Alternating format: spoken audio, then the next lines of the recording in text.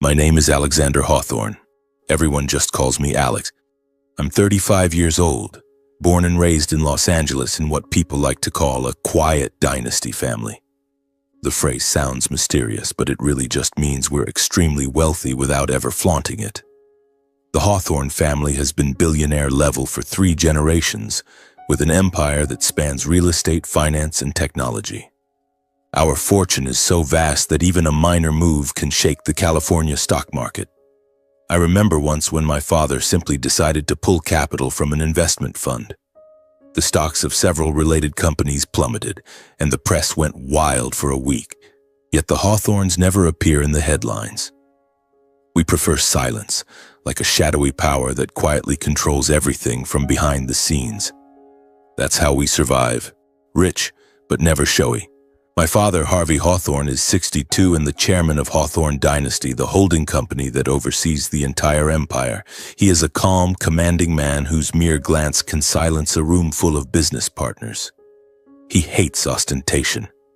I've never seen him wear an expensive watch or drive a flashy car to the office. Instead, he dresses in simple shirts, drives an old Toyota, and spends his free time reading history books. Real power doesn't need noise, he always says. I admire him deeply, not just for building the empire, but for keeping it steady through every crisis. My mother, Juniper Hawthorne, is 4 years younger than Dad. She is a generous philanthropist, but extraordinarily private. She avoids the media and high society parties. Instead, she quietly donates to orphanages, hospitals, and environmental causes. Her presence is gentle, kind, and soothing, like a cool breeze in the harsh LA sun. She always wears a warm smile, and I still remember the evening she sat by my bed telling stories, her voice soft and lulling. She is the heart of our family, the one who keeps everything balanced. From childhood, I grew up surrounded by luxury. I attended the top private schools where annual tuition could buy a small house. I had private tutors for everything, math, art, you name it, and traveled with a personal driver and discreet security detail. Bodyguards were always nearby but trained to blend into the crowd, so I never felt watched. Everything best in the world was handed to me. Books, courses, travel across the globe. I once flew to Italy just to learn Italian cooking, or to Japan to study martial arts. Life felt like a dream, yet sometimes that perfection left me strangely lonely. It was almost too flawless to feel real. Despite the glamorous exterior of our family, my parents raised me with discipline, kindness, humility, and self-reliance. They never wanted me to become a spoiled, reckless heir who burned through money. Dad often dragged me into the kitchen to wash dishes and clean the house, saying, "You have to know the value of hard work no matter how rich you are." Mom taught me generosity, taking me to charity centers to help underprivileged children. They wanted me to understand that money is just a tool, not the essence of a person. So even though I was born with a silver spoon, I never acted entitled. I quietly carried my father's words in my heart. Wealth is a privilege, but kindness is a choice. Those words became my compass. I learned to listen, to help others without expecting anything in return. At school, I never bragged about cars or mansions. I was just Alex, the friendly guy who loved basketball and books. That upbringing shaped me into a humble, calm adult. I don't show off, I don't waste money, and I live like an ordinary person among ordinary people. Friends thought I came from a comfortable middle-class family. No one knew the truth. I liked it that way, living without envy or flattery swirling around me. When I grew up, I refused to live in the ancestral mansions. They were too vast, too cold for me. Instead, I moved into a modest house in the LA suburbs, surrounded by regular middle-class families. It's a 2-story wooden home with a small backyard and a simple kitchen. I cook for myself, fresh salads, basic grilled meat, and clean my own place. No maids, no driver. Just me and the simple life I chose.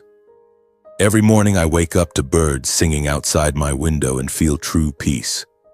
No worries about security or paparazzi, just Alex, living like everyone else. I found work I loved in tech, starting at the very bottom of a small startup. I worked hard, stayed late, learned from colleagues, never revealing who I really was. They saw me as a frugal, kind-hearted guy from a modest background. I smiled to myself whenever they said, "Alex, you're so talented, yet you live so simply." That was the greatest reward, being judged for my skills, not my money. I stayed away from parties and extravagance. No nightclubs, no yacht parties. I drive a 10-year-old Honda Civic I bought with my own savings. Reliable, unremarkable, exactly what I wanted. I eat lunch at cheap diners where a burger costs a few bucks. No one would ever guess that my life belonged to the heir of a multi-billion-dollar empire. I loved it, blending into the crowd, observing real life. That extremely modest lifestyle made my true identity almost impossible to detect. Friends saw me as ordinary, co-workers treated me like a brother, and even anyone secretly watching, if they existed, never suspected a thing. I thought that was safe. That kindness would shield me from trouble, that simplicity would bring peace. I believed it with all my heart, until I met her, Elena Crane. It was a Saturday afternoon at the end of October, one of those rare days in Los Angeles when the sky is clear and the air carries a slight chill. I had come to a community center in the suburbs to volunteer at a workshop, teaching underprivileged kids how to use old computers my company had donated. I was dressed in a plain gray t-shirt, faded jeans, and dirty sneakers, just another ordinary volunteer. I was crouched down, connecting cables for an 8-year-old girl when I heard a bright, crystalline laugh behind me. I turned around and saw her for the first time. Elena was standing there, her long brown hair tied in a low ponytail, wearing a simple white blouse and jeans, bending down to retie a little boy's shoelaces. She smiled at him with her whole face, so gently that I froze for a few seconds. She was beautiful. Not the flashy, over-the-top kind of beauty you see in Beverly Hills girls I'd always avoided.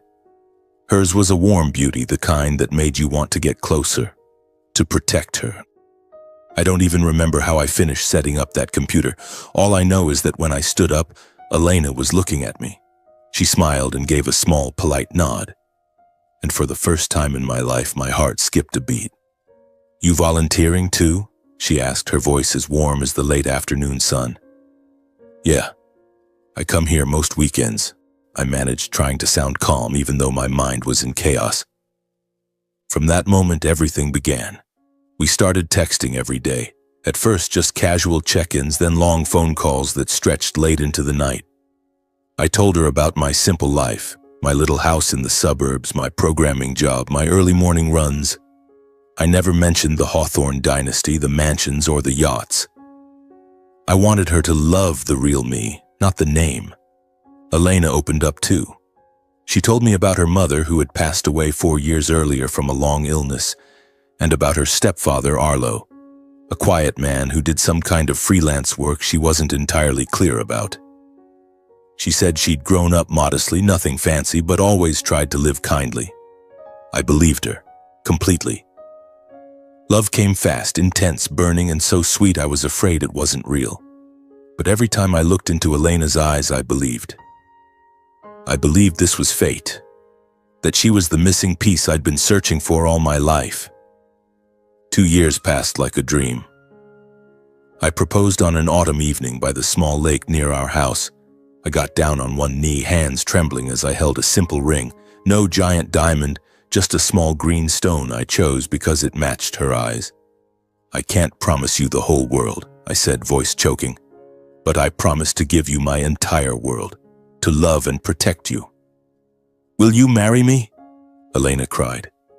She nodded and threw her arms around me so hard I thought we'd both fall into the lake.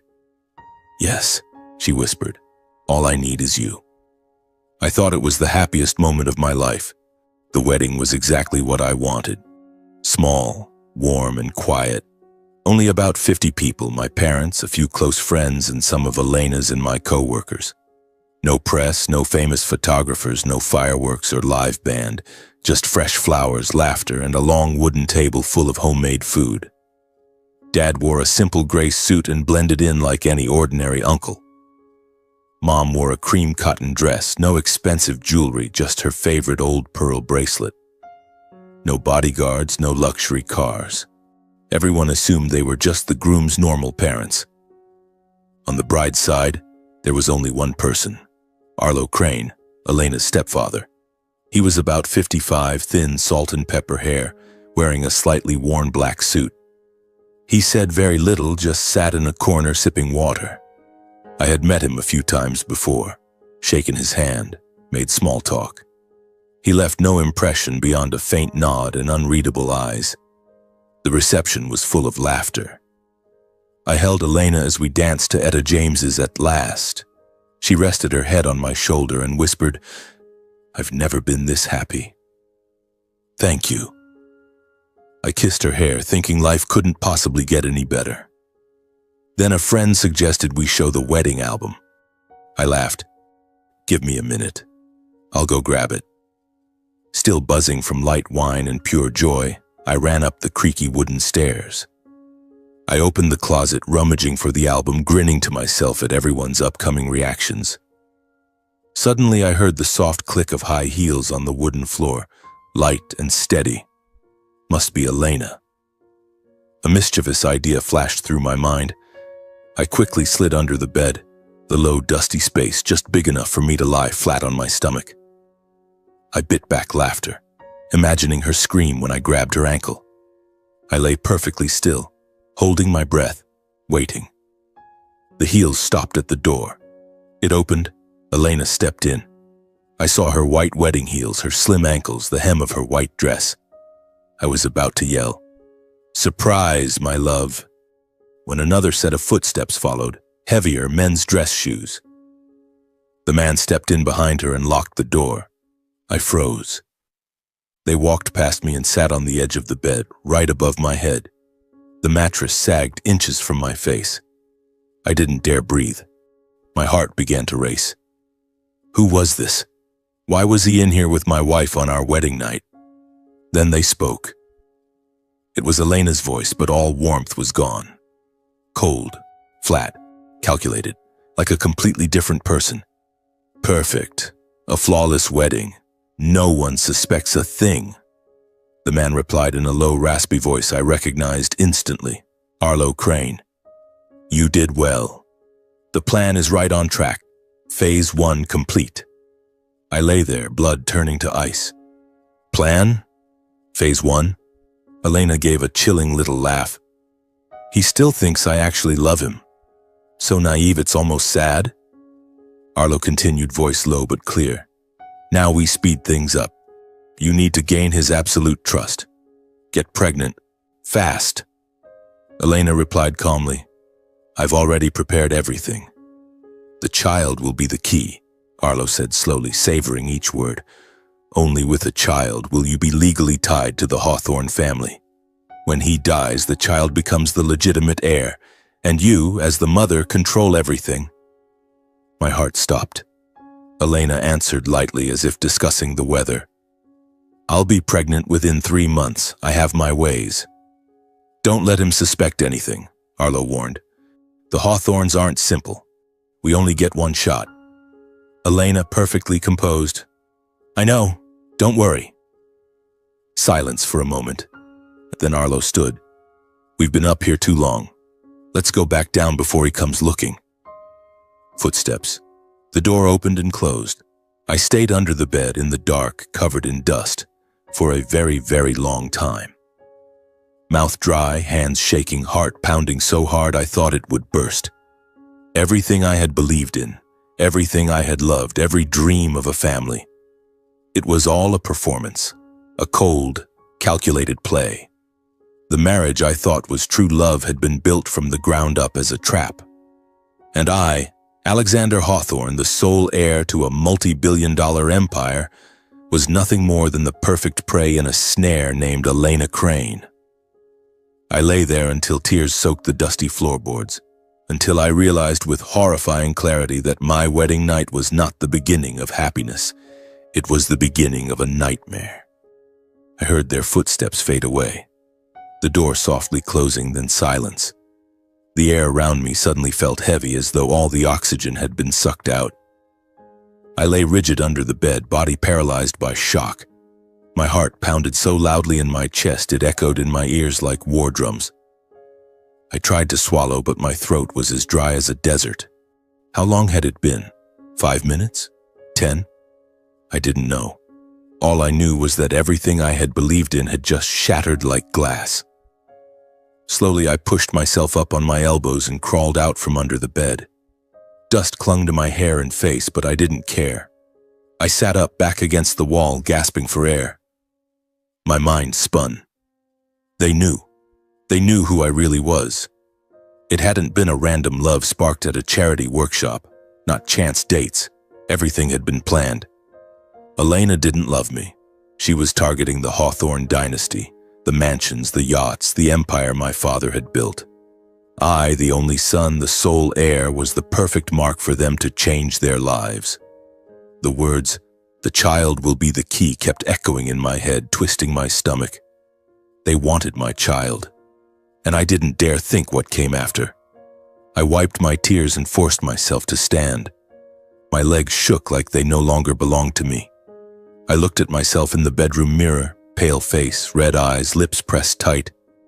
I couldn't let anyone see me like this. Downstairs, the wedding party was still going, people laughing and celebrating. My parents, my friends, my colleagues, they had no idea. I had to pretend. I had to act normal. I took a deep breath, straightened my shirt, wiped my face with a tissue. "You can do this, Alex," I whispered to myself. "Just get through tonight." I opened the door and walked down the stairs. Each step felt like dragging lead, but I forced myself to keep an even pace. Laughter drifted up from the living room, glasses clinking. I paused on the last step, looking out at the small crowd. Elena stood there, radiant, laughing with a friend, wine glass in hand. Arlo was beside her, nodding politely, looking humble as always. They were standing too close. Now I saw it. Before I had thought it was just father-daughter affection. Now, my heart clenched. I stepped in, forcing a crooked smile. "Sorry, everyone. Took forever to find the album," I said, trying to sound cheerful, though my ears were ringing. Everyone clapped and pulled me over to look at the photos. I sat down, but my eyes kept drifting to Elena and Arlo. They continued chatting and smiling as if nothing had happened. She looked at me, waved, and flashed that bright smile. I nodded back, but inside my head only their words from under the bed repeated, "Get pregnant fast. The child is the key." A suffocating dread built in my chest like a ticking bomb. I clenched my fists under the table, nails digging into my palms to stay grounded. The party dragged on for another hour, an eternity for me. I smiled, shook hands, hugged people. My father clapped me on the shoulder. "Son, seeing you this happy makes me happier than you'll ever know." I nodded, fighting back tears. My mother whispered, "Elena is such a good girl. I'm so happy for you." I could only manage a twisted smile. When the last guest left, I breathed a sigh of relief. But the real nightmare was only beginning. Our wedding night.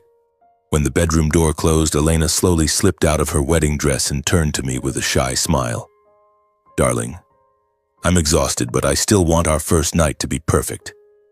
Shall we begin?" She stepped closer, placing her hand on my chest, fingers trailing slowly. Exactly the intimate moment any husband would dream of. My whole body went rigid. My heart pounded so hard I could barely breathe.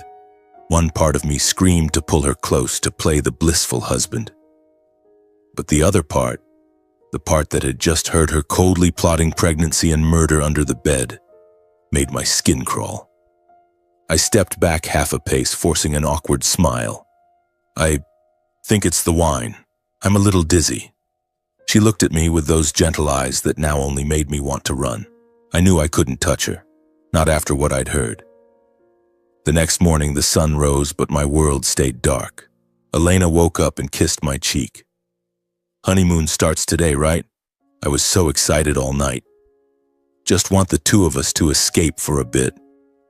I sat up, head spinning. "Sweetheart, I'm wiped out, and something urgent came up at work. We'll have to cancel the trip. I'm sorry." She pouted, then smiled. "That's okay, we can stay home." I nodded, but inside I was thinking something else. I needed time. I needed to stay away from her. I needed the truth. Their words under the bed haunted me every second. Every time I looked at Elena, I saw that scene again. I couldn't eat, couldn't sleep. I began secretly watching her, the way she took private calls, the way she smiled at me with eyes that no longer felt real. I needed proof. I needed the full picture before I confronted anyone. I decided to hire a private investigator. I remembered Lucas, an old contact, a discreet PI a friend had once recommended. I called him from the office, voice shaking. "Lucas, I need you to investigate my wife and her stepfather. Everything. Full background. Don't ask why." He agreed and set a meeting at a quiet suburban cafe. We met that afternoon. Lucas, 50-ish, silver hair, eyes sharp as knives. I told him the short version in a whisper. He nodded. "I'll do it. But brace yourself, Alex. The truth can hurt." The waiting days were hell. At home, I pretended to be the loving husband, cooking together, holding her, but every touch made me nauseous. She never suspected. She was almost happier. One night she said, eyes sparkling, "Honey, let's try for a baby." I nodded, but inside I was ice. I avoided intimacy by working late, sleeping in the guest room. A week later, Lucas called. "Meet me now. I have what you need to see." My heart raced. We met in an empty park. He handed me a thick envelope. I opened it with shaking hands. First, surveillance photos. Elena visiting Arlo's house, not just once. Them embracing at the door, kissing in the garage. Clear shots dated years before I met her. I went numb. They were together long before me? Lucas nodded. 2 years before you, not father and daughter. Lovers. Then the audio. Lucas played it from his phone. Elena's voice. "Arlo, he's taken the bait. The Hawthorne dynasty, we're going to be rich." Arlo laughing. "Good. Get close, make him fall in love, marry him. That was the plan from the start. There's no love here, just money." They discussed every detail. How she accidentally met me at the workshop. How she drew me in. How she hid her real identity. The goal. Infiltrate the family, have a child, seize the fortune. I collapsed onto a park bench, head spinning. Tears fell again. Pain like a knife in the heart. I wasn't a man chosen for love. I was just a pawn. The perfect pawn in a plot to steal the Hawthorne empire. Elena didn't love me.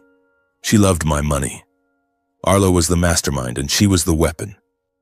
The envelope from Lucas weighed heavily on my lap, like a lead weight dragging me into the abyss. The suburban park was silent except for the rustle of leaves in the evening breeze, but inside my head a storm raged. The surveillance photos. Elena and Arlo embracing in a dark garage, lips pressed together, arms locked tight. Like real lovers. Not stepfather and stepdaughter. Lovers. Long before she accidentally met me at that charity workshop. The audio. Her giggling voice laying out the plan to hook me, marry me, and infiltrate the Hawthorne empire. "He's sweet but so naive," she had said. I played it over and over. Each replay was another knife in the chest. There was no doubt left. The marriage I had trusted, the kisses, the whispered "I love you," everything was a lie. Cold, calculated. I wiped my tears, tried to breathe deeply, but my chest felt crushed. How could I go home? Look her in the eye and pretend nothing had happened. I wasn't ready to confront her. I needed more. I needed to dig deeper. I called Lucas right there from the park bench, voice trembling. "Lucas, this isn't enough. I need you to go deeper. Not just their relationship, everything. Other connections, past history, finances, everything." He was quiet for a moment, then sighed. "Are you sure, Alex? What I find might be worse." I closed my eyes, gripping the phone with an ice-cold hand. "I'm sure. I need the truth." The following days were hell. I went home, smiled at Elena, cooked with her, but every gesture was fake. She hugged me from behind while I washed dishes. "Honey, what's wrong? You look exhausted lately." I turned, kissed her cheek. Just work, babe. I'm fine. At night, I lay awake, replaying memories. The first date when she cried about her mother's death. Now I realized it was probably an act. I shuddered, pulled the blanket over my face, and tried not to cry. Lucas worked faster than I expected. 3 days later, an email. Meet me at the usual place. There's something important you have to know. I arrived at the small cafe, heart pounding like it would explode. Lucas sat there, face grave, and slid a thicker file across the table. We'll start with Elena's mother, he said. She died 4 years ago, officially recorded as a sudden cardiac event. But the details are murky. I opened the file, hands shaking slightly. Hospital records. Eleanor Crane, Elena's biological mother, admitted for sudden chest pain. Doctors diagnosed heart failure but noted patient had a good chance of recovery with continued treatment. Yet on the day she died, Elena and Arlo were the ones who signed the forms to discontinue all life-saving measures. Only the two of them, no other relatives. I read it again and again. Why stop treatment? She could have been saved. Lucas pointed to the next page. Insurance policy. Eleanor had a life insurance policy worth nearly $1 million. Sole beneficiary, Arlo Crane. The payout was processed 3 days after her death. I went numb. $1 million. All to Arlo, the stepfather, Eleanor's husband. Then a recorded statement from a former nurse. Lucas had tracked her down. I remember that day clearly, the nurse said, voice trembling. The young woman, Elena, didn't cry, didn't panic. She calmly signed the papers like she'd rehearsed it. The husband, Arlo, kept urging us to hurry, saying she's suffered enough. It was strange. Usually family members are sobbing, begging us to save their loved one. But they were cold. I listened to the recording. The nurse's voice echoed in my ears. My stomach twisted. Calm. Elena didn't cry. I remembered her telling me about her mother with tears in her eyes. She died so suddenly, it hurt so much. Now I knew it was a lie. Everything lined up too neatly. Hospital admission. Treatment stopped. Forms signed. Death certificate. Insurance paid out. All within days. Not a natural death. Lucas nodded. I believe they intervened. Poisoning or something similar. No direct proof. Yet, then the financial trail. Bank statements Lucas had obtained. After the insurance payout, Arlo made a series of unexplained transfers. A large chunk, about $200,000, went straight into Elena's account. She used it for shopping, travel, small investments. They were accomplices in insurance fraud. They killed Eleanor Crane for $1 million. Lucas handed me the full dossier. Photos, recordings, bank records, medical files. I read every page in that cafe, hands shaking so hard I could barely hold the coffee. It went cold untouched. I was starting to understand. Arlo and Elena had done this before. Killing Elena's own mother, Arlo's wife, for money. Now they were repeating the pattern with me, on a much larger scale. Not 1 million, but tens of billions from the Hawthorne Empire. My child would be the key, the legal heir, and then I would disappear. Every clue pointed the same way. Arlo had a history.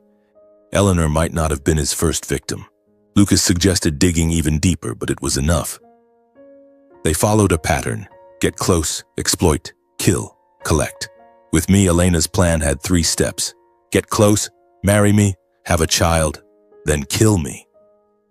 I gripped the file, rage, heartbreak, and terror swirling together. Rage at being deceived. Heartbreak that my love was a lie, terror that my life was in danger. I could no longer believe a single word Elena had ever said, every I love you, every embrace, pure deception. Was she a murderer or just an accomplice? I stood up trembling and walked home through the biting wind. My heart was colder than the air. Lucas's final note in the file. Eleanor Crane's death was only the beginning. Alex, be extremely careful. This criminal pattern is repeating exactly as before. I read it, then burned the words into my mind. I had to act. But how? Police? My parents? I didn't know yet. All I knew was that from now on I lived in fear. Every meal with Elena, I wondered, what if she poisons me? Every night beside her, I thought, when will they make their move? That afternoon, I came home carrying a small bag of tiny electronic devices I had hastily ordered online from a security store. Hidden cameras, voice recorders, minuscule things that could save my life. Elena was in the kitchen humming as she cooked dinner, the warm smell of grilled meat filling the air. I forced a smile and hugged her from behind. I was tired today, but I missed you so much I rushed home. She turned, kissed my cheek. I made your favorite. Go change, dinner's hot. I nodded, but inside I was ice cold. This home? No, this was a death trap.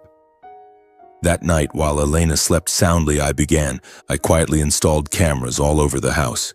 Tiny orbs hidden in the living room bookshelf, the kitchen corner, the dark hallway. Even the bookcase where she often sat to make private calls. The voice recorders went under the dining table behind curtains. Everything connected to an app on my phone with real-time alerts. My hands shook as I set them up, sweat dripping, terrified she'd wake. What if she catches me? I thought, heart hammering, but I had to do it. I was living with two murderers, Arlo and Elena, who had already killed her own mother for insurance money. Now I was the target. From the next day on, I kept playing the perfect husband. I woke early to make her coffee, smiling. You're so beautiful. Seeing you like this makes my whole day. At night, I held her, whispering, I love you, always. But inside, I was dying. Every smile was fake. Every touch was torture. Elena suspected nothing. She glowed, convinced her. Deceive. Get pregnant. Seize the fortune. Plan was going perfectly. She didn't know I already knew everything. Her affair with Arlo, the plot to seduce me, the murder of her mother. I pretended to buy time and gather evidence, but the fear grew. Every time she poured water, I wondered, is it poisoned? I started checking food, letting her eat first before I touched anything. From the very first recordings, I uncovered even more horrifying truths. That first night, the app sent an audio file from the kitchen. I listened at the office, headphones clamped tight. Elena whispering on the phone, Arlo, I already poked holes in the condoms. Tonight he won't suspect a thing. My stomach lurched. Poked holes? To get pregnant on purpose? I remembered the night before. She had tried to seduce me, but I dodged it with the excuse of being tired. Now I knew it was a trap. Another clip, her secretly slipping something into juice. Audio caught the rattle of a bottle, then her muttering to herself, this stimulant will make him unable to say no. I sat frozen, fists clenched on the desk. She was engineering intimacy, forcing me into the role of father-to-be, tightening the noose. Then one afternoon at work, my phone buzzed. App alert. Unusual movement detected. I opened it, heart racing. Clear footage from the living room. Elena at home in thin sleepwear, and then Arlo walked in. He pushed through the door like he owned the place and pulled her into his arms right at the threshold. I went numb, hand shaking as I held the phone. They kissed passionately in the middle of the living room, the same room where I used to watch movies with her, the room I thought was our home. Arlo ran his hands down her back, whispered something, then pulled her onto the sofa. They tangled together. I watched, heart crushed, tears spilling. This was my wife? Cheating on me in our own house, with her stepfather, her real lover. I turned off the screen, slumped over my desk, gasping. Pain like a blade. But then rage took over. Determination surged. I turned it back on and recorded everything. After they finished, they sat and talked. And that's when I heard something even worse. Arlo's low voice. You're doing great. Now we speed things up. I'm getting the old chemical, the same one we used on your mother. It weakens a person slowly. Looks like a natural death, no trace. I froze. The same chemical that killed her mother? He just admitted it. Elena, perfectly calm. Yeah, I know. When will you have it? Arlo chuckled softly. Soon. Start using it on him. Put it in food, drinks. He'll waste away, die of some mysterious underlying condition. No one will suspect. My heart stopped. They were going to murder me, with the same poison used on Eleanor Crane. I sat motionless in my office, trembling with fury and despair. Elena, the woman I once loved, was casually discussing killing her husband. Only once you're pregnant, Arlo continued, can he disappear. The child will inherit the Hawthorne fortune and we control it. Elena laughed. I'll get pregnant fast. He's almost ready to fall for it. I couldn't believe my ears. Rage exploded, but despair was stronger. I had thought, even if her love was fake, that she at least felt something. But no, she was ready to kill. I downloaded every video, audio file, and photo to a personal hard drive, backed it up on 2 separate USBs, one hidden in the office, one in my car, sent an encrypted copy to Lucas. This is critical evidence. Keep it safe for me. This was undeniable proof. Adultery, conspiracy to murder, plot to seize assets. In the midst of unbearable pain, I understood. This was no longer a failed marriage. It was a fight for my life. They wanted me dead. I made my decision. From this moment on, I would fight back. No more waiting, but I had to be smart. I closed the app, took a deep breath, and drove home as if nothing had happened. I arrived home, gripping the steering wheel so tightly my knuckles turned white. The suburban house that had once been my sanctuary now felt like a dark trap. Elena was in the kitchen, whistling happily, the warm smell of grilled meat filling the air. I forced a smile and stepped inside. I'm home, love. It was a crazy day, but the second I thought of coming back to you, everything felt lighter. She turned, wrapped her arms around me, and kissed my cheek. You're just in time. Go wash up, dinner's ready. I want to hear about your day. I hugged her back, but inside I was thinking, are you planning to poison this meal? I pretended to be cheerful, sat at the table, but kept my eyes on everything, spice jars, water glasses, now all suspicious.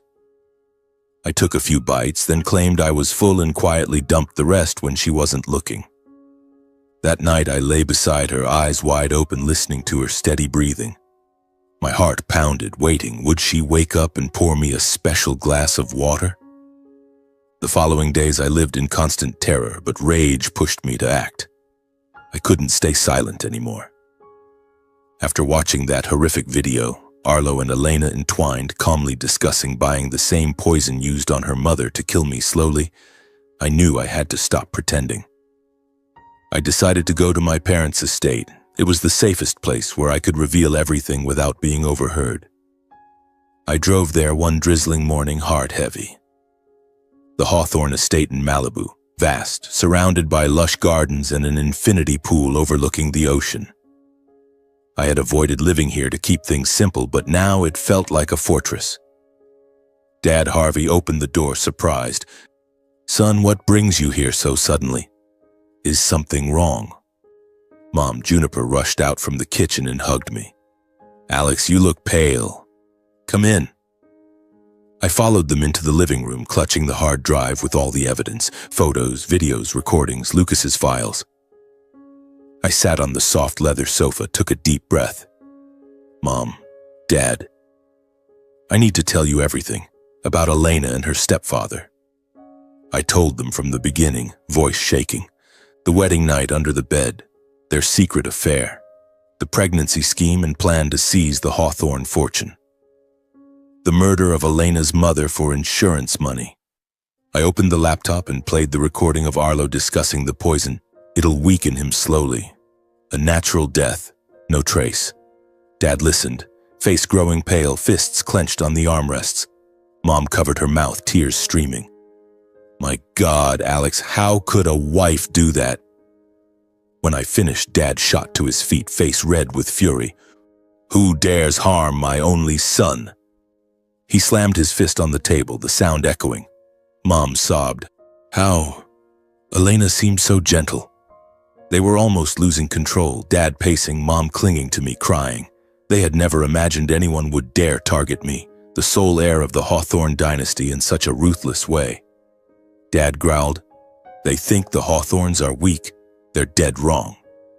Without hesitation, he sprang into action. He called the family's private investigative team, far superior to Lucas' ex-FBI with limitless resources. "Focus everything on Arlo Crane," he ordered. He hired the top criminal attorneys in Los Angeles, sharks who handled the biggest cases, and discreet security, professionals who would protect me from a distance, tracking every move without being seen. I sat there watching my parents take charge, feeling both warmth and fear. "Stay here a few days," Mom said, voice trembling.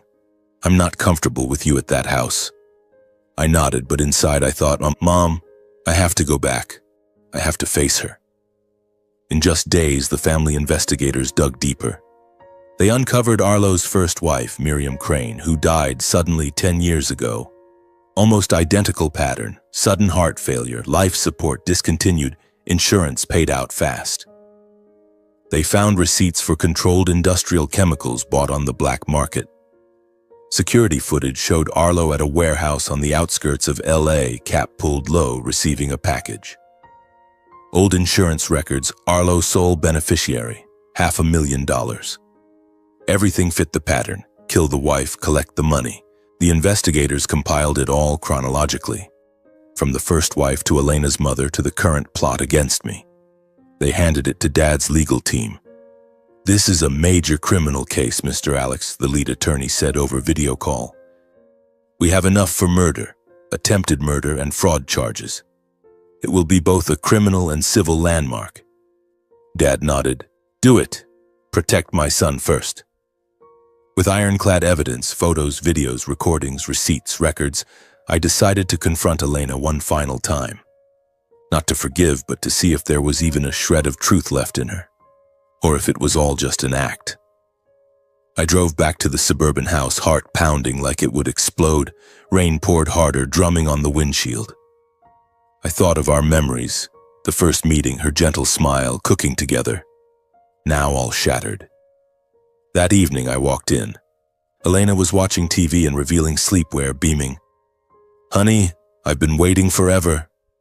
She ran to hug me, but I stiffened. Her good wife act now made me nauseous.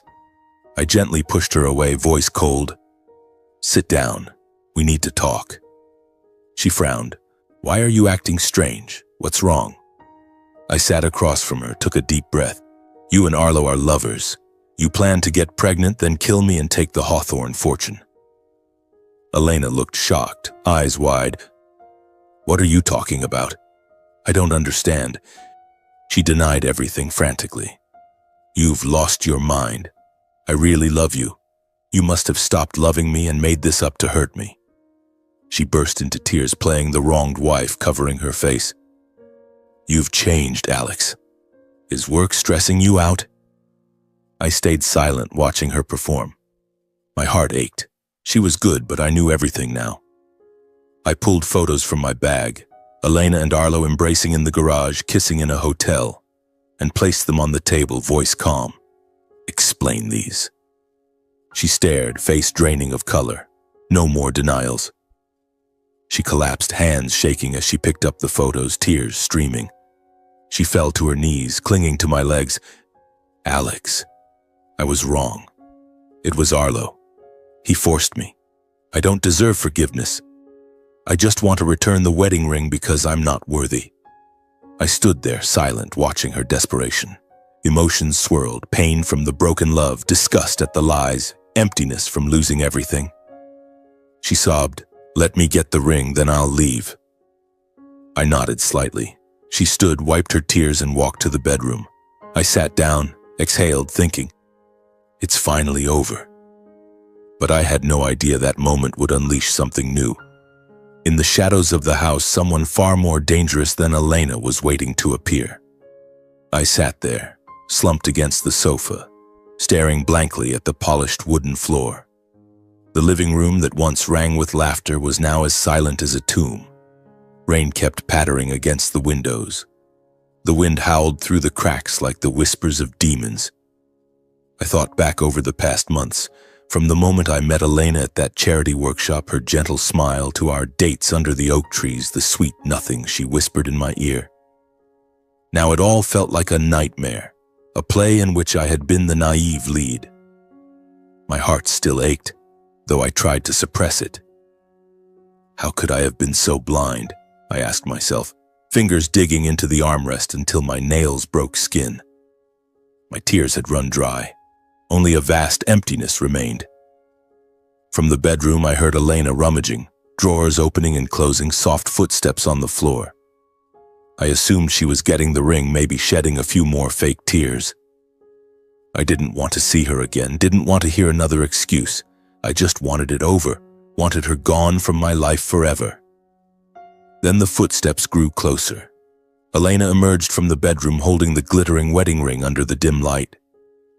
Her face was a picture of remorse, eyes swollen, cheeks streaked with tears. She looked pitiful, but I felt no pity. Is this real or just another act? I wondered, heart racing with suspicion. She didn't head for the door as I expected. Instead, Elena suddenly dropped to her knees in front of me, clutching my legs so tightly her nails dug through my pants, as if letting go would make me vanish from her life forever. She looked up, eyes brimming with tears, voice breaking between sobs. Alex, I really do love you. Everything. Everything was because Arlo forced me. He threatened me, made me do it. I never wanted this. Please don't turn me in. Give me one chance. Tears poured down her face, her whole body shaking as she clung to me like a desperate creature begging for one more day of life. But the way she held on, too desperately, too dramatically, didn't feel like genuine remorse. She wouldn't let go, gripping tighter, eyes flicking quickly toward the back door. Something felt wrong. A dark premonition rose inside me. Why is she trying so hard to stall? I thought, heart pounding faster. She didn't look repentant. She looked like she was buying time, waiting for someone. I tried to pull my leg away, but she clung harder. Please, Alex, I love you. Her voice rose almost to a scream. The instant I stepped back, danger hit me like instinct. The hair on my neck stood up. Goosebumps covered my skin. I heard a strange sound, a faint creak from the back door, then a loud crash. The door was kicked open, wood splintering everywhere. Arlo burst in from the darkness, face twisted with rage, eyes bloodshot like a cornered animal. He wore a black jacket, hair disheveled, snarling, "So you know everything now. Doesn't matter. You're dead." My heart slammed against my ribs. I saw the black pistol in his hand, barrel pointed straight at me. Arlo charged with terrifying speed, intent on ending it instantly. He had clearly been listening, patience gone. He was ready to kill me right here and bury all the evidence. "Die, you bastard," he roared, finger tightening on the trigger. But Arlo had no idea I had been trained in martial arts since childhood, under the strict demands of the Hawthorne family. My father had always said, "You must be strong. Wealth brings danger." I trained for hours every day in karate and jiu-jitsu starting at age 10. Instinct took over. In one fluid motion, I sidestepped his lunge, struck his wrist hard, and sent the gun flying across the floor. Arlo stumbled and fell, but scrambled back up, eyes blazing. "You're dead," he snarled, reaching for the weapon. I bolted toward the front door, heart in my throat. "Where are the bodyguards? Help! He's got a gun!" I screamed inside my head. Seconds later, my security team, secretly stationed by my father, burst through the front door, massive figures in black, guns drawn. They formed a wall in front of me, pushing me behind them. "Drop it. Put the weapon down," one shouted, aiming at Arlo. He froze, face ashen but eyes still wild. Police sirens wailed closer, growing louder and sharper like a death knell. A convoy of patrol cars and SWAT vehicles screeched to a halt in front of the house, red and blue lights flashing across the entire street. They surrounded the building, rifles ready, loudspeaker blaring. "This is the police. Drop your weapon." Arlo was cornered against the wall, back pressed flat, gun trembling in his hand. Panic made him more dangerous, eyes darting madly, sweat pouring. He suddenly grabbed Elena from behind, yanking her in front of him as a human shield. "Stay back. Come closer and I'll kill her. You hear me?" he screamed, pressing the barrel to her temple. Elena was shaking uncontrollably, face white with terror, eyes wide in horror. She finally understood. Arlo had never seen her as a real partner. She was just a tool, disposable when needed. "Arlo, don't shoot me, don't do anything stupid," she whispered, voice breaking, hands trembling as she tried to pry his arm away. He tightened his grip. "Shut up, or I'll shoot you first. This is all your fault. You ruined everything." Police and my bodyguards didn't dare advance. The air in the house was stretched to breaking point. One wrong move could get Elena hurt, or worse. The police commander outside shouted through the megaphone, "Drop the gun! The area is surrounded. There's no escape." My bodyguard whispered, "Sir, please step back. Stay safe." But I stood frozen, facing Arlo, breathing hard, heart pounding like war drums. My eyes were ice cold despite the chaos inside. I knew one tiny mistake could end this night in blood, and no one could predict what Arlo would do next. Arlo stood with his back pressed against the living room wall, the muzzle of his pistol jammed hard against Elena's temple. He was growing more feral by the second, eyes bloodshot, the look of a man who knew he had no way out. His breathing came in heavy, ragged gasps, chest heaving like a wounded animal ready to make a final, desperate stand. His hands shook, yet he held on, one arm locked around Elena's throat, the other gripping the gun, thumb hovering over the trigger. He snarled, voice shrill with panic, "Don't come any closer. One more step and we all die. I'll kill this bitch first, then the rest of you." His threat pushed the tension to breaking point. The police outside froze. My bodyguards tightened their grips on their weapons. The air in the room turned to lead. One cough, one wrong move, and everything could explode. I stared at Arlo, forcing myself to stay calm even as my heart hammered. He was no longer the quiet, humble stepfather I'd once met. He was a murderer unmasked, ready to drag as many lives down with him as possible. Elena trembled in his grip like a leaf in autumn, face ashen, eyes wide with terror. She whispered, "Arlo, let me go." But he only tightened his hold. "Shut up. You ruined everything." I could see real fear in her eyes now, no more acting. She finally understood he had never truly seen her as a partner, only a tool. And now, a human shield. The police commander outside shouted through the megaphone, "We don't want casualties. Release the hostage and let's talk." But Arlo laughed, a twisted, broken sound. "Talk? You think I'm stupid? I know that Hawthorne brat called you. I'm not letting you take me." He glared at me, pure hatred burning in his eyes. "You little bastard. My plan was perfect. You were supposed to die slowly, painlessly. Now, you die right here." I swallowed hard, fighting not to shake. My bodyguard whispered, "Sir, step back. He's losing it. Let the police handle this." But I didn't move. I wanted to look the man who tried to kill me straight in the eye. Rain pounded harder outside. Thunder rumbled, lightning flashes illuminating the room through the windows. I thought of the nights I'd lain beside Elena, listening to her breathe, dreaming of a family. Now it was all a nightmare. Arlo kept shouting, "I want a car in 15 minutes, or this bitch dies first." Elena sobbed, "Alex, help me, he's insane." Her voice cracked, but I felt no pity. She had plotted my murder, slept with Arlo in my own house, yet seeing her shake, a flicker of compassion still passed through me. She was a victim of the very scheme she helped create. After a few tense radio exchanges, the police commander was forced to yield. This was a densely populated suburb. Gunfire could hurt innocents.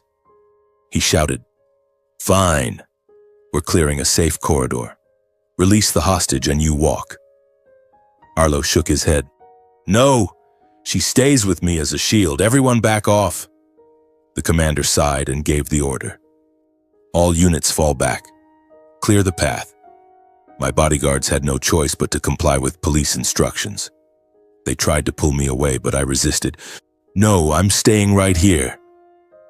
I stood watching, fists clenched with helpless fury, as the man who wanted me dead dragged Elena toward the back door, using her as a living shield. He inched backward into the dark backyard, keeping her pressed against him. She cried, "Arlo, you're hurting me, let go." But he shoved her into the passenger seat of a black sedan already waiting in the alley, buckling her in to limit resistance, then jumped behind the wheel, gun still aimed at her. The car roared off into the night, headlights cutting long streaks through the rain-soaked streets, tires screeching like a blade slicing the air. Instantly, a convoy of police cars took up pursuit, sirens wailing through the neighborhood. Red and blue lights flashed, patrol cars raced after him. A police helicopter thundered overhead, its spotlight piercing the darkness, painting a white beam across the fleeing car like a predator's gaze. I refused to stand still. "Get in the car, we're following," I shouted to my security team. We leapt into the family's black SUV, engine roaring as we joined the chase behind the police column.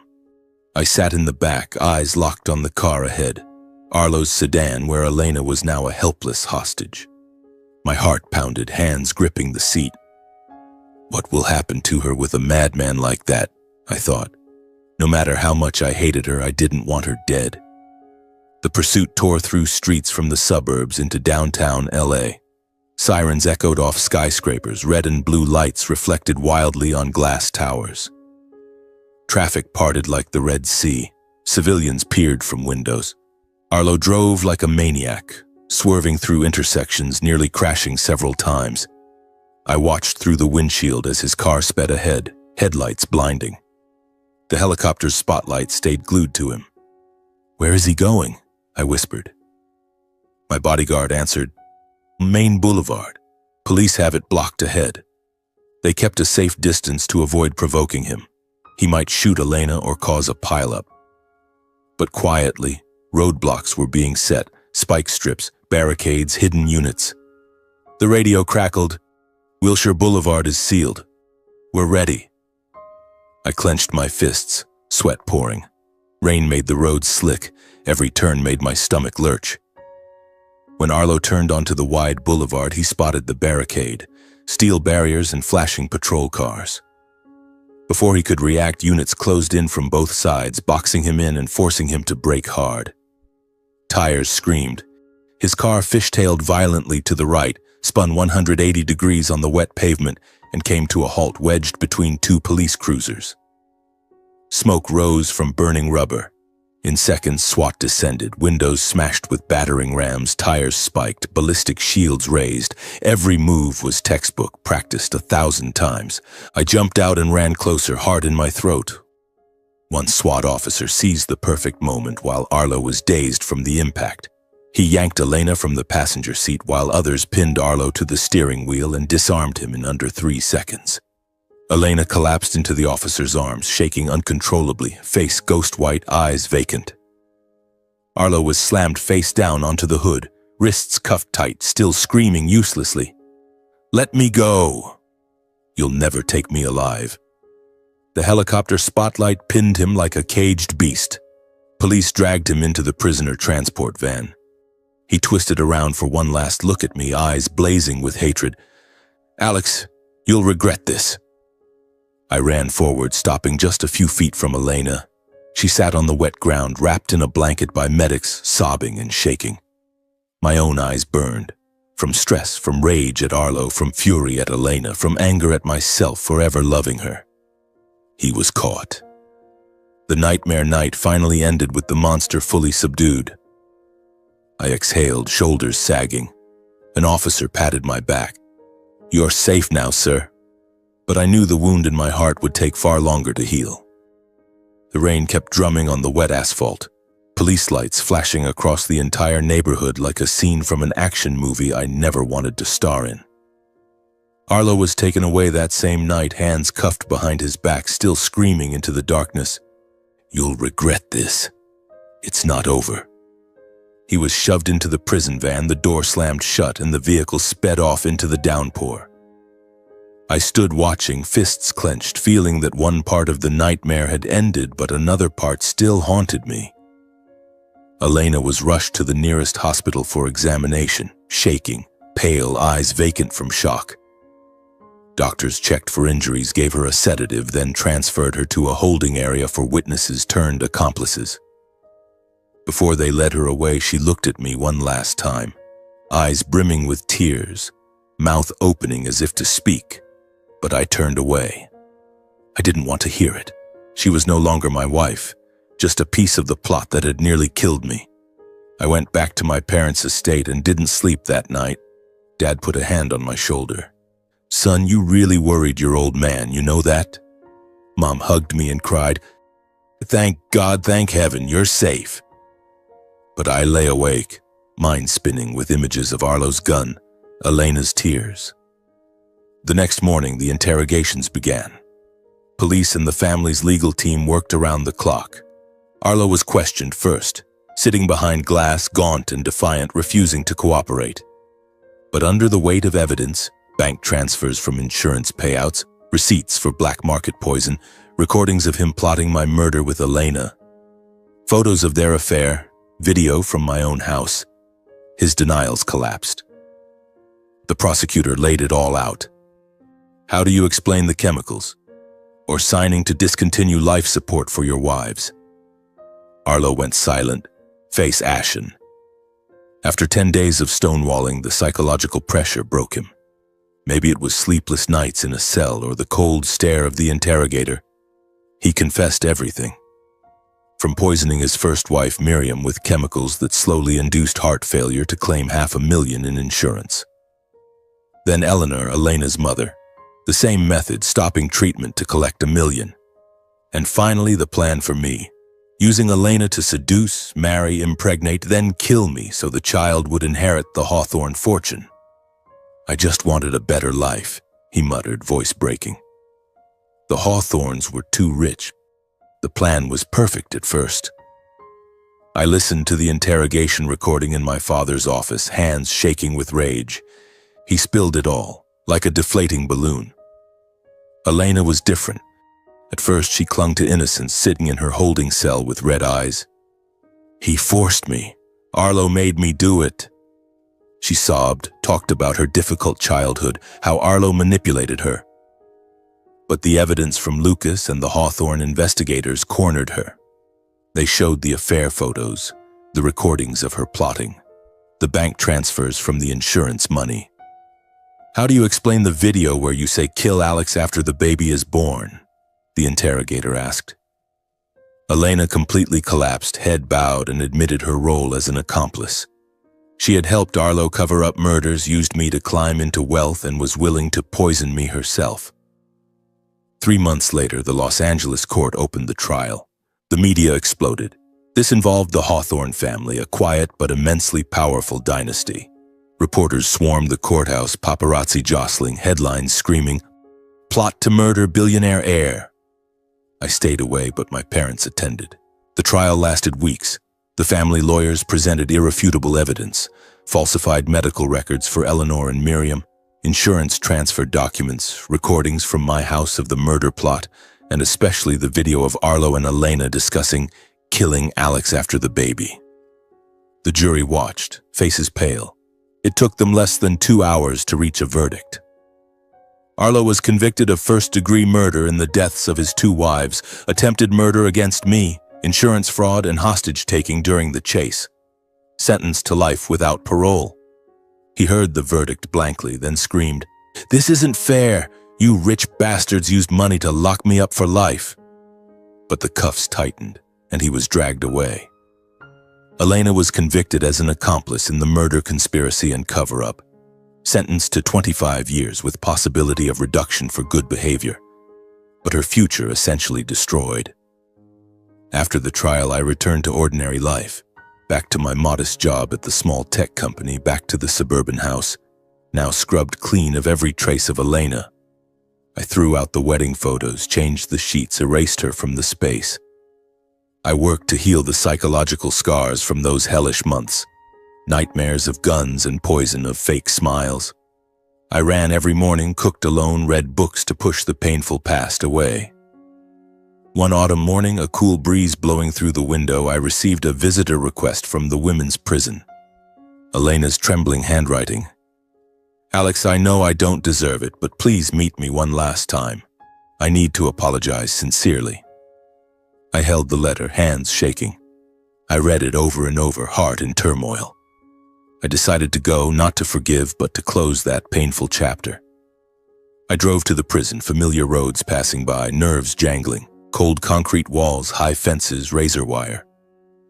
I went through security and sat in the visitation room. Through the thick glass I saw Elena, gray prison uniform, much thinner, hair messy, face gaunt. Her eyes were tormented and desperate. The moment she saw me, she broke down, tears streaming uncontrollably. She pressed her palms together against the glass. "Alex, thank you for coming. I accept all my guilt. I know I was horribly wrong. I beg you to forgive me even though I don't deserve it." She sobbed, talking about prison, regret, the nights she thought of me. I looked at her for a long time without speaking. No anger, no blame, just emptiness after everything. Finally, I placed an envelope on the counter and slid it toward her. "This is the divorce papers and my final words." I paused, then continued, voice calm and eerily steady. "We end here. I hope you reform well." I stood, turned, and walked out without looking back once. Behind me, her cries echoed, desperately calling my name. But I kept walking, leaving behind the woman who had once destroyed my life. When I stepped outside, autumn sunlight warmed my face, gentle and kind. I realized clearly. The old chapter was closed, and I had finally freed myself. The wind blew, carrying golden leaves away, sweeping the pain with them. I drove home, heart lighter than it had ever been. I drove slowly along the familiar suburban road. The window cracked open, letting in the scent of damp earth after the rain. My little house appeared at the end of the street with its backyard vegetable patch and the bougainvillea trellis my mother had once helped me plant. I used to think this place was home, but now it was just a temporary refuge after the storm. I stepped inside, closed the door, and collapsed onto the sofa with a long sigh. The case was closed. Arlo. Life without parole. Elena. 25 years. Justice had been served, yet the scar in my heart remained, throbbing whenever I remembered the sleepless nights, the gunshots, her fake smile. I told myself, "It's over, Alex. You'll be okay." I started cleaning, throwing out everything that reminded me of her. The mug she always used, the book she gave me, even the bed sheets. Each item I tossed away released a piece of the pain. A few weeks later, my father called. His voice was warm but weary. "Son, the case is finished. I think it's time for me to retire." Harvey Hawthorne, the man who had carried the Hawthorne dynasty on his shoulders for over 40 years, was finally tired. He had built it from nothing. From the first plots of land in Los Angeles to tens of billions across real estate, finance, and technology. But the attempt on my life had shown him that family mattered more than anything. "I want you to come back," he said seriously. "Learn to take over and carry it forward. This empire is our family's legacy. It needs you to keep it strong." I was silent for a moment, watching autumn leaves drift past the window. I had always run from that world, craving simplicity. But now, after everything, I saw he was right. I needed to grow up, for real. I thought about it for months. Long nights lying awake, remembering his words. Wealth is a privilege, but kindness is a choice. The nightmare with Elena taught me that running away solves nothing. I had to face it, protect the legacy my parents had poured their lives into. I remembered afternoons at the Malibu estate, Dad telling me about his poor childhood, how he rose from nothing. "Don't let it collapse because there's no one to lead it," he had said. After months of walking alone on the beach thinking about life, I agreed. "Dad, I've thought it through. I'll come back and take over the family." I said it firmly over the phone. Dad laughed. "Good, I'm proud of you, son." I returned to Hawthorne Dynasty headquarters in downtown Los Angeles. the gleaming tower with the Hawthorne logo I had once avoided. At first, everything felt foreign. Endless meetings, complex financial reports, negotiations with giant partners. I started from scratch like any new employee, even though I was the heir. Dad guided me patiently. "Son, finance is the foundation. Learn to read these reports first." I spent hours with advisors, learning operations, balancing profit with social responsibility. Mom advised, "No matter how big you become, never forget to treat people kindly." I learned high-level negotiation, looking partners in the eye, persuading without forcing. The first months were hard. I worked late, woke early, sometimes ran at midnight to burn off stress. But gradually I adapted. I became a real leader, not flashy but humble and decisive. In just 2 years, I expanded Hawthorne Dynasty into clean technology, investing in renewable energy, solar batteries, eco-friendly electric vehicles. I remember one key meeting. We don't just make money. We save the planet. Partners nodded, contracts were signed. Then green infrastructure, energy-efficient buildings, urban parks, and humanitarian investment funds supporting poor children, education, healthcare, just like Mom had always done. I became a respected CEO. The press called me the humble heir, though I avoided interviews. I kept the family growing without losing its human core. Every decision thought of people, not just profit. Colleagues who once doubted me saw how hard I worked, how I listened, how I respected them. Harvey and Juniper watched me mature with pride. Dad, now retired, often stopped by the office and clapped my shoulder. "Your projects are excellent. I'm very satisfied. You've done better than I ever did." Mom smiled. "You've kept your kindness, humility, and good heart, just as we taught you. I'm so content." Despite the tragedy, the case, the betrayal, nearly dying, I remained the same simple Alex. I still drove my old car, ate at cheap diners, but now carried greater responsibility. I thought, that storm made me stronger.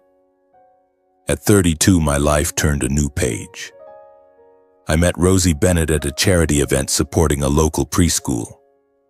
She was a teacher, natural, gentle, in a simple cotton dress, hair in a ponytail, telling stories to the children.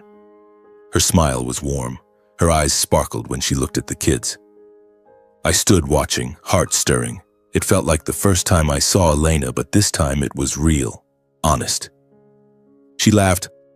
"Hi, Alex. Here to help the kids." We talked, and I felt peace, the peace I thought I'd lost forever after the case. Rosie was nothing like Elena.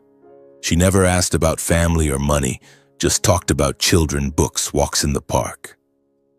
Our first date was at a little cafe. She told me about growing up in San Francisco, her dream of teaching. I told her about my simple life, no mention of Hawthorne. She laughed. "You're so kind. I've never met anyone as gentle as you." Love grew naturally like a soft breeze. Beach walks, cooking together, stargazing. She brought me calm. No drama, no secrets. Later, by chance, we discovered the truth about each other. One evening, Rosie said, "I'm from the Bennett Group, but I prefer simple things." I froze. The Bennett Group, an old money dynasty in San Francisco, as private as the Hawthorns. I laughed. "Babe, I'm Hawthorne Dynasty." We hugged and laughed in shock. The coincidence brought our families together. My parents met hers. They talked like old friends. I realized, this time I loved the right person. Not for background, but because her heart for me was real. Rosie loved simple Alex, not the billionaire. A year later, we married, small, warm, exactly my style. Then the greatest joy. Rosie became pregnant with twins. Mateo Hawthorne and Amina Hawthorne were born, 2 rosy, bright-eyed babies. I held them, tears falling. They gave me the complete family I thought I'd never have again after Elena. On quiet afternoons, watching the twins play in the yard, Mateo toddling around, Amina giggling, I understood. Every pain, betrayal, and storm of the past had been a necessary path to grow me into the man who could truly cherish the happiness I have now. I want to share my life's message with you. Wealth doesn't protect an unguarded heart. Never give trust blindly, but when you find the right person, love with all your heart. I will tell my children one day, teaching them kindness the way my parents taught me.